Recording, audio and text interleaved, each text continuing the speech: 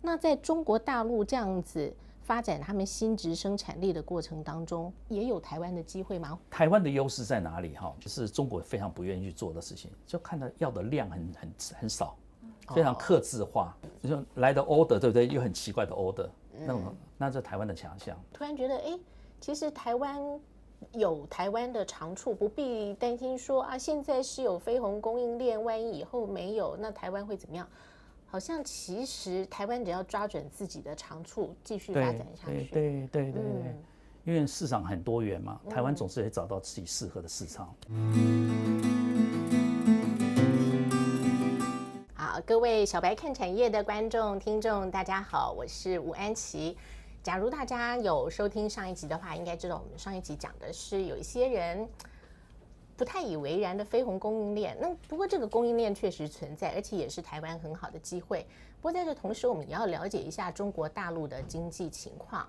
而今天我们的专家还是上一集学富五居的专家，就是阿皮亚的院士，也是中经院第一所的所长刘梦俊刘所长。再次欢迎刘所长。好，谢谢主持人，好，谢谢各位听众，是各位观众。所长，其实很多在台湾的人会对中国大陆经济多少会蛮好奇的。像我前一阵去中国大陆玩，后来回来就有人问说啊，中国经济怎么样啊？不过我只是观光客，我实在看不太出来。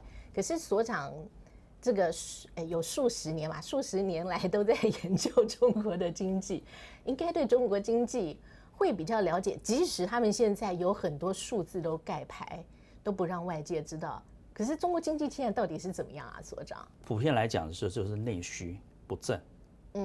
内需不振的话，就是消费，然后投资。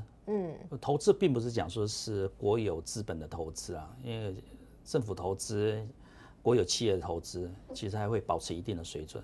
可能是投资的信心比较不足的，应该是民营经济、民营企业是这样子。但是它现在产量已经很多了，现在在支撑中国的经济里面，主要是靠外销，就是它这国内一个市场，海外一个市场。那国内为什么讲说是产能过剩？常常会听到一句话嘛，就是以前我要我的产线的布局要产量那么大，因为我看到国内的需求因为量蛮大的。那我这个产线已经开出来了，量那么大了，但是我发觉是国内市场突然就萎缩了，对不对？那剩下的产能要怎么办呢？那产能那就倒到海外去。现在是中国里面是跟别的国家里面是贸易摩擦，反而是在这边在增加。那说中国假如说中国加入 WTO 的时候，对全球的经济产生的影响，叫做 China Shock 1.0。现在的话，中国产能过剩对全球的经济的影响，叫 China Shock 2.0。之前去查一下，就是第一季台港之间其实现在也还是有贸易嘛。台湾对陆港出口是463亿美元，台湾自大陆进口是1089亿呀，就是所以是即使是台湾也是大量的收到来自中国大陆的产品，可是这当中有一些是原物料啦，这等一下我们还可以再讲。不过就是刚刚讲到中国大陆现在这样的情况，有些人就联想到日本那个失落的就10年、20年、30年，对啊，中国大陆是不是开始走上那条路了？我们就可以理解了，表面是看起来有点像嘛。第一个，房地产也泡沫嘛，投资也不振，内需也不振嘛，这个表面上看起来是这样子。但是我们还是要仔细看一下，还是有点区别。区别是日本当时的房地产泡沫化所造成一些冲击。那时候也是房地产泡沫，这也是相同的地方啊。当时日本发生那个房地产泡沫的时候，日本已经是先进国家了，对不对？现在中国里面还在努力当中。哇，那这样不是更惨？对，然后当时日本已经全球布局蛮深的，所以别人讲说是日本的火山爆发、海啸冲击，但是日本的财富在全球布局不会灭，所以是这样。但是中国里面的全球化，其实当时还不及日本，但是还有一个地方还蛮像。当时日本的经济泡沫或经济衰退的时候，他一再是认为说他经济还会起飞，还是会回来，所以他不会说是用力的去砍那些什么僵尸企业。所以日本当时这经济失落10年、20年、30年，有相当的原因是因为不具有竞争力、生产力的企业还是保留在市场里面。中国会不会这样？我觉得中国还是有点类似，但是还有另外一个是家庭，家庭的那个资产结构，当时房地产只是占一般的日本的家庭差不多5%，但是中国这边的话就大概是6%、7%以上。那人口老化，当然就消费比较少嘛，那医药支出比较多嘛，对不对？好，这个不确定性。中国的人口老化也是这种情况，但是比较严重的应该是资产的问题，因为压在房地产，所以我的财富往下走，但是我付给那个银行里面的贷款还是继续要支出，所以看起来的话，我为了保留我的饭碗，所以努力工作这样子。我看所长前一阵子有一个演讲啊，就讲到大陆的“10-5-5”，就是他们的新的面对这样的一个困境的解法，新的一个经济宏观政策是要推所谓新质生产力，现在是在哪些方面啊？过去来讲，中国很多计划，推动了一些什么战略性信息产业，它就会很清楚罗列出来是哪些嘛，半导体、电动车。农业机械会讲得很具体，那他为什么现在不讲具体，叫做新质生产力？他就怕犯了一个过去一个问题，我已经讲得太清楚是哪些产业嘛，所以每个地方、每个省市，所以发展出来的样态都差不多。你不管是有条件的、没有条件的，你其实发展是完全一样。就是你可以看到，不是有个很有名的，就是那个什么武汉什么芯片，对不对？做晶片的，它根本就没有房子盖好，厂房盖好了，机器设备也买不到，但是这个就都会发生这种很奇怪的现象，所以看每个地方里面发展的产业里面的重复雷同，所以就会产生产能过剩这种现象。那现在的话，新质生产力它也就没有讲太清楚，但是它就要求讲说，每个地方里面要按照自己的能力，按照自己的条件。去发展新质生产力，那你就不会发生一个事情，想说，上海成功的案例，我就拿来复制在甘肃，复制在湖北，复制在湖南，就不会发生这种，因为你可以按照自己的条件。但是新质生产力，简单来讲，就是说是要创新嘛，高品质嘛，高附加价值嘛的生产力产业，所以你可以这样子的话。说不定是上海的新质生产力跟广东或者北京，可能内涵就不太一样了。这样子，它其实目的是要其实不要再重复投资了啦。刚好前一阵子那个工研院在庆祝他们53周年，他们就说要下一个50年的科技蓝图，因为之前台积电这个护国神山跟工研院很有关系嘛，他们也希望可以推出下一个，他们那个讲就比较具体，包括无人载具。先进半导体，还有 AI 百工百业，就是 AI 的各式各方面的应用，这样讲起来就比较具体。它就具体啊，其实它其实还是有一个内涵啊，它还是有一个criteria有一个内涵，就是你这边传统产业如果能够智慧化，他们叫智能化，能够绿色化，这就叫新质生产力。你刚才讲了，譬如说什么无人载具啦等等，好。那这边又分成2种，一种现在是大家正在发展的新兴高科技产业，这有。刚才我们讲，譬如说半导体，包含到那个自驾车，AIPC 机器人，对，它现在正做，而且这些机器人非常红，对不对？对。还有个叫做未来产业嘛。所以对中国大陆来说，他们刚刚那个“10-5-5”里面。我们现在看到他们已经做得很好的无人机啦、机器人啦，已经不算在他们这个“10-5-5”的所谓新质的规划，那是已经在做的了。不是，我刚才就是讲说，是新质生产力是一个概念，有包含到传统产业的甚至 upgrading， 对不对？刚才讲说是智慧化加上绿色化，如果可以做到这样子，也算是新质生产力。好，现在正在发展的，大家都是在做的，叫做新兴产业嘛。还有另外一个叫未来产业。未来产业你就可以发挥很多想象力，譬如说低空经济，譬如说无人机所衍生出来的 business model， 这也是这举一个例子。你也可以讲说可以 high end 到像 SpaceX 一样，就发射火箭，对，发射火箭，而且火箭还可以收回来。对对，还有像说你可以预期得到什么硒光子的啦，还有什么量子科技啊等等这些。其实这个 overall 来讲，其实都算是它新质生产力一些领域。就解放思想嘛，对不对？让大家有点想象力这样子。那所长这么多年来的观察，像刚刚那样子。纯粹只是想象吗？还是你觉得中国大陆真的有可能像那些有一点科幻的东西，他们真的有可能弄出来？我们现在台湾做的就是比较实实在在、扎扎实实的生产。那像刚刚讲的那些未来的领域，中国大陆他们有可能？其实我们就必须要好好去思考一下，就是说中国式创新。我用这个 term 嘛，好，其实大家普遍来讲，因为我们可以理解得到，是美国是一个先进的消费市场。很多创新的一些 idea 其实发生在美国。你刚才讲说 SpaceX、Internet 这个最近最夯的就是 Internet 嘛，乃至于 AI， 其实最早发酵有这种抛出来这种概念，就是0到1的创新是发生在美国。但是这些东西不会发生在中国，因为中国毕竟来讲是怎么目前为止看不到是一个领先消费的市场。它的特性是这样子，所以你今天要做一个非常创新，这0到1的创新，你会发生在美国，会发生在欧洲。但是中国里面在这个创新的环境里面，目前最大的优势是1到N，1到2，2到3，这是1到N。所以你可以讲说，为什么任何一个产品，到了中国，如果他学会做的时候，就会变成价格破坏。像电动车那样子，对对对，是这个。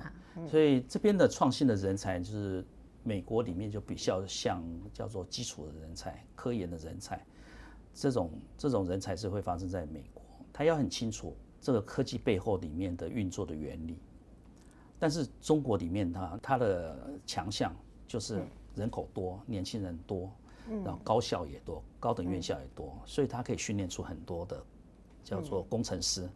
所以美国会有是科技人才红利，但中国是有工程师红利这就是中国的所谓的中国式创新。它不需要太清楚很多产品里面背后的，或者很多创新背后的一些学理，然后它可以用复制，它可以用学习，可以用摸索的各种方式达到同样的效果。所以它还做不到0到1，就是因为在这一块里面的欠缺。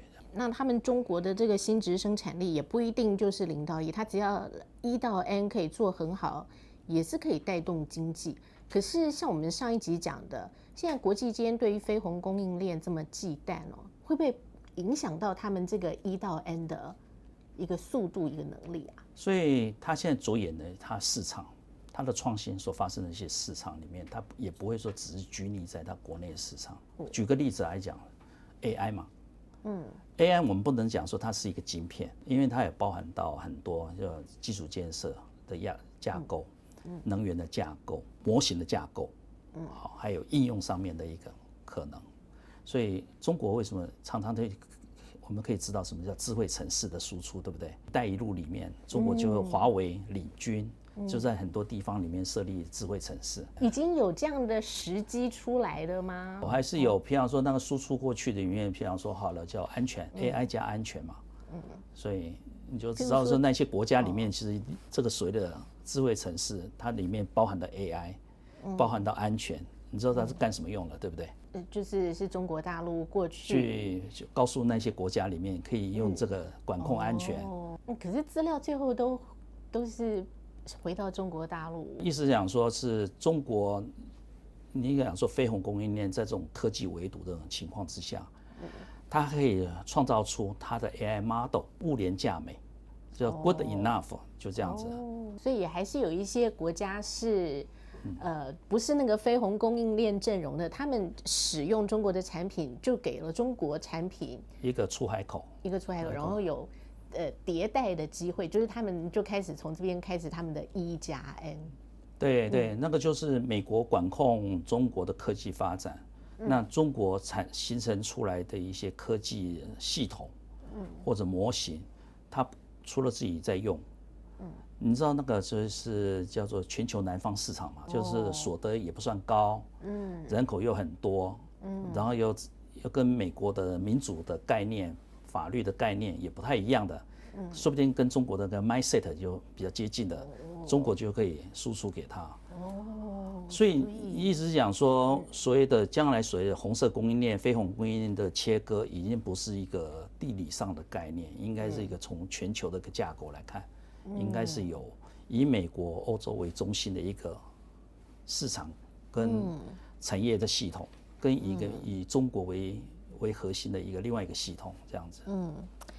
所以这样子讲起来，会不会你哪一天我们自己在我们现在讲台湾是全球 AI 基础生产的中心，那我们很开心的在我们跑道上跑，往后一看，没有人耶，没有人追上来，结果他们是在平行的跑道上，已经跑在差不多隔壁的地方。就是我们平常说我们在大巨蛋，对不对？他们是在小巨蛋，是不是这个概念是这样子？这是变成两个不同的赛道，对不对？是也有不无可能啦，但是我们现在讲的只是概念上啦，其实中间还是有很多模糊的一个情况。比方说东协那个地方嘛，东协也有2个，有一个跟美国比较接近的，对不对？那另外一个是跟中国比较接近，比方柬埔寨啦、辽国啦、缅甸那些。那还有一个是属于在中间灰色地带，像越南这样子，看起来有点跟中国的亲近，但是跟美国这边有蛮 close 这样子。所以现在就很难讲说台湾大概领先几年啦，那台湾领先中国大陆的就是这几年当中，我们可以怎么样子把这个领先的红利吃好吃满，好像很难这样子去评估哦。我觉得很难评估，就是你讲说，就是 AI 到底会发展到哪里？我们现在就发觉说，我们的想象力很不够嘛，对不对？对，而且又没想到说 AI 的使用用途那么广。你会想说哪一天电冰箱里面也有 AI， 就智慧型电冰箱，对，连扫地机器人里面都有 AI， 各方面都有，大部分都可能。所以我们现在是台湾一直在讲的说是 AI 新10大建设。里面有提到很多我们的产业的 AI 化、产品的 AI 化，这个都会让我们想象，现在我们很多的产业里面，好像似乎来讲，全部是向 AI 倾斜，半导体倾斜啊，其他好像发展的就很吃力这样子。所以我们现在可能要借着这种，你既然这边半导体 AI 发展的不错，那怎么去回馈给其他产业？其实我觉得这个中国也是在做同样的事情嘛。它新质生产力不是这样说，很多产业要智慧化、绿色化嘛，对不对？其实他也是想这种问题。那在中国大陆这样子发展他们新质生产力的过程当中，我们可以讲有台湾的机会，也有台湾的机会吗？其实中国进步很快，速度进我刚才一直在强调，就是说中国式创新它的强项，因为它的特质是这样子，它是1到 N。所以可是不是什么东西都要1到 N， 这不是什么的。我这样讲的意思是讲说，它有个特质，就是你这个产品非常同质性，然后你可以看得到它未来的科技发展的进展，这是中国的最强的地方。好，什么叫同质性？钢铁是同质性，玻璃是同质性，水泥是同质性，炼油、化工、memory IC， 未来的科技进展，你可以抓得到，然后它使用量又很大，又很同质性，这是中国的优势。价格破坏，对不对？那台湾的优势在哪里？而且是中国非常不愿意去做的事情，就看到要的量很少，非常客制化，就来的 order， 对不对？又很奇怪的 order， 那这台湾的强项。所以譬如说，最强的就是 TSMC 嘛，你给我一个蓝图，我还告诉你这蓝图画的不好，我靠，怎么去修改它将来的那个生产的那个良率才会高，等等。然后这量很少，那中国就不愿意做。这个反而是台湾的强项。对，不过听所长这样讲，我突然觉得，其实台湾有台湾的长处，不必担心说现在是有非红供应链，万一以后没有，那台湾会怎么样？好像其实台湾只要抓准自己的长处，继续发展下去。对，因为市场很多元嘛，台湾总是会找到自己适合的市场，所以我们这样讲好了，就是说。台湾面对了，如果说按照过去呢，全部都是价格竞争的，同质性很高的，这不是台湾的，已经不是台湾了，甚至是这样说，很多国家也没办法去跟中国比。但是我们要走出自己的路。水泥也有特用水泥啊，对不对？对。钢铁也有特用钢，或者是这个就台湾可以发挥的地方。我们来谈说两岸之间的产业竞争或者企业上的竞争，已经有时候是不能只是讲说两岸，因为在 China Plus One 的一个机制里面，一个环境里面，会做 China Plus One 不是只有台商，也不是只有外资企业，连中国企业他自己也要做 China Plus One， 因为知道直接从中国运到美国去，美国不会收。大陆企业如果说到海外去，他也会。他自己也要做 China Plus One， 台资企业在 China Plus One， 陆资企业在做 China Plus One， 所以这样两岸之间的企业互动，已经不会说只是在两岸，可能是在第三地。所以我应该讲说，两岸之间的那个竞争也好，合作也好，其实是蛮多元化，而且是环境场域。也蛮多元的。我很多台商，他不是叫 China Plus One 的那个 One， 他是拉回来台湾，对不对？譬如说你是 AI server， 很多机柜各方面的，就不要忘记是讲说里面很多 supply chain 是本来就在中国，是跟安全无关的，但是又便宜，量又可以放那么大的，所以很多那产线拉回来台湾，所以大量的从中国。还是继续进口，然后螺丝螺帽什么零件啊的，所以你刚才主持人你就会提到很多那个为什么大量进口，这是其中的原因吗？好，而且这是供应给美国，供应给全球里面，所以这边呢还是会有。那譬如说好了，中国很多企业里面也慢慢登堂入室，就是进入到那个 Apple 里面的一个可靠的一些供应链。验证过的供应链厂商，所以这个也是会变成是 Apple 说我要用，那我们还是要帮他做组装的时候，还是会继续这样使用的。讲起来，有一些中国大陆的原料是没有原料或零件、零组件是没有办法完全从市场根绝，而且像刚刚讲到说绿色啊、智慧啦，所以对于台湾来讲，对于台湾的企业来讲，是不是进一步的冲击呀？负面冲击，这蛮有趣的。我们也曾经去访问过，台湾很多厂商嘛，很多协会嘛，他就跟我们讲了 story。这 story 是讲说，当时台商被腾笼换鸟，被送出去，要么送到乡下，要送弄到越南去。他们希望更进步的产业，那你这个产业我觉得不够进步啊，就请走，请走。对，而且我是想说，我这个地嘛，这样是预留给。更进步的日本企业、德国、欧洲的企业，或者是美国，非常 high end，高科技。就后来就美洲贸易战、科技战等等，所以那些企业也不敢进去。所以台商就反而是因此得利，就是说啊，这地已经空那么久了，对不对？好了，看你差不多的台商，你也可以进来投资。所以也会有这种 story 啦，这样，所以。台商也未必也未必你说是按照登记来看的话，也未必说在中国里面是完全没有投资，也有在增加。因为原因是那个地本来是要，那个地方政府心有所属，那些企业里面不进来，所以反而是让台商，有些台商里面还是占到一些便宜，这样子。但是这些台商里面，如果说你可以看到资本，并不是从台湾进去。也未必是从别的国，是很多他是在中国里面赚到钱，但是就直接留在那边继续投厂，对，或者在当地做融资的这样子。那我们投审会里面，或者是投资司里面的似乎来统计里面看，台湾对中国的一些投资，你可以看到比重非常低嘛。比较高的人是全部在美国、日本，或者是在欧洲，或者在东协比重相当高，那中国这边比重很低。那主要是那边登记是讲说你要从台湾带钱到中国去的，那就真的就少很多了。中国在发展新质生产力，他也知道台商的一些能耐，他也希望在中国大陆的台商可不可以纳入到他的红色供应链里面，台商也有他自己的能耐，所以这种台商。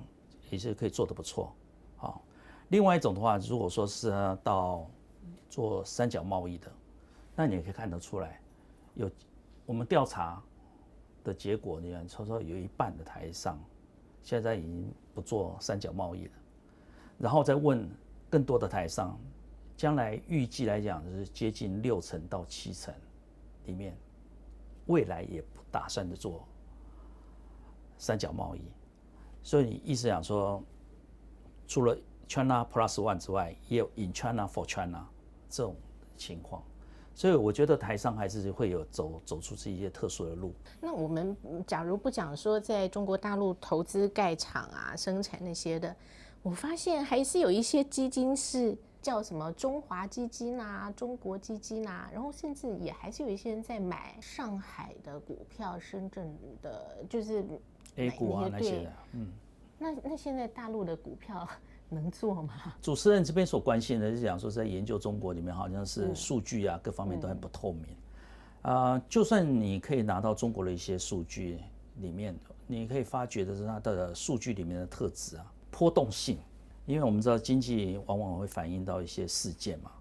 当然了，反映事件里面的话，就是不像别的国家，美国或者是无论是好了是 PMI 啦，或者 M&I 就是所谓的采购经理人指数啦，或者是利率啦，或者是失业率啊，或者是成长那个 GDP 成长率波动比较大。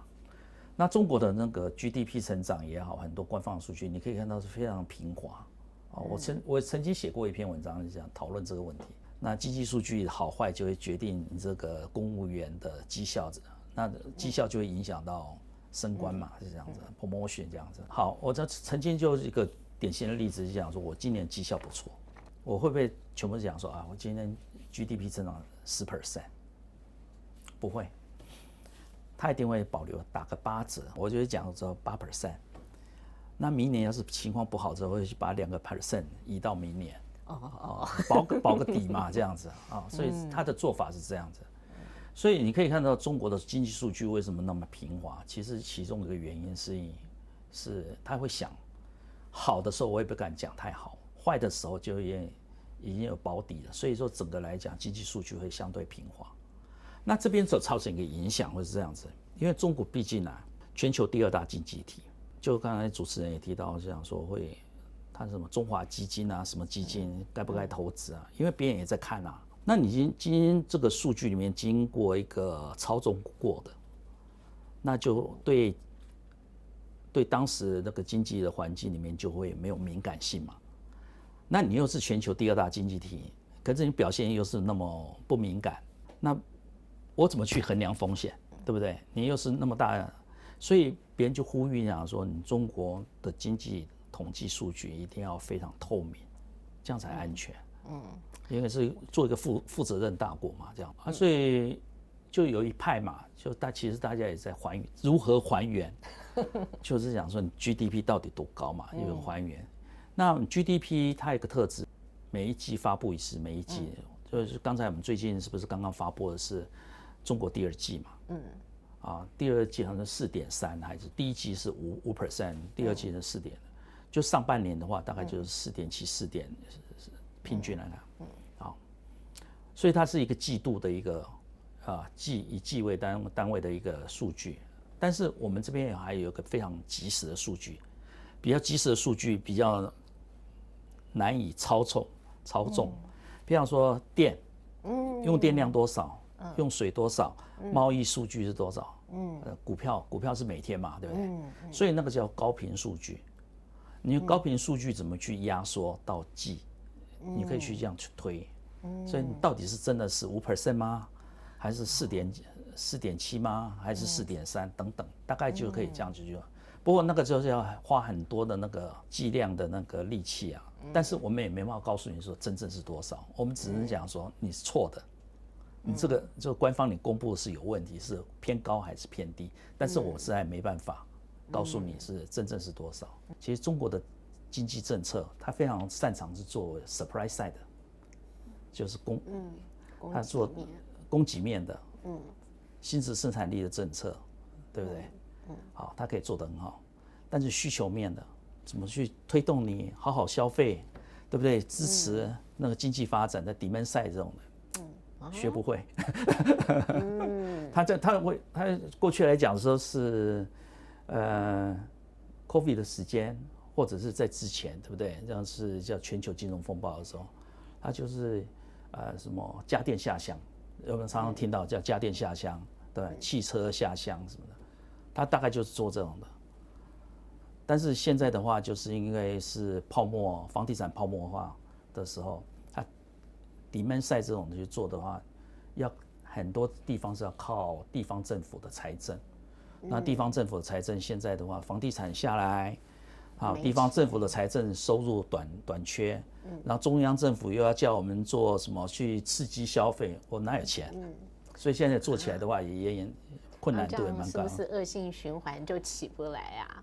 我觉得可能其中一些原因是这样，就是说中国讲说我现在做新质生产力，但是如果说是按照美国或先进国家里面的话，你现在扶植一个新的产业，到能够开始创收，创造财政收入，创造什么，差不多平均短也要3年，长也要到7年。可是你现在房地产泡沫一下来，对不对？就是蛮惨，马上就效果很显著。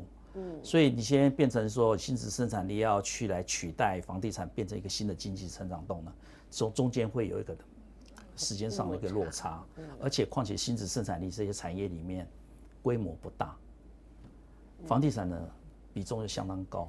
中国大陆在这样子努力支撑的过程当中，希望台湾不会被太大的影响到。或者现在台湾的很多传统产业，因为毕竟台湾那个国内市场有限嘛，其实你做的时候，发展任何产业里面一定会想的是外销的。可是现在外销碰到中国很多产业产能过剩，到海外去到货。其实我们现在蛮辛苦。好，那也谢谢所长今天来上我们的节目。好，谢谢。假如大家有问题的话，欢迎提问，以后我们有机会一定帮大家问。好，谢谢，谢谢所长，谢谢大家来了，谢谢，拜拜。